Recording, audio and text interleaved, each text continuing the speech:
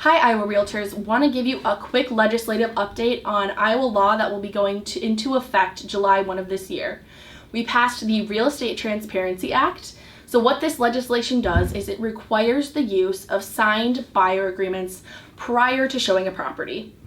If no property is shown, then the fallback there is you need to have those agreements signed prior to making an offer. Now we know that consumer choice and transparency is very important in real estate, and so this new law does not apply to open houses. This law was enacted partially in response to the proposed NAR settlement, and so with that, stipulations in this law also include that all brokerage agreements, so listing agreements and buyer agreements going forward, must contain a section addressing how compensation is going to be paid and include a disclosure that compensation is negotiable and not set by law. Again, this goes into effect July 1 of this year, will impact all licensees and apply to all licensees in the state of Iowa.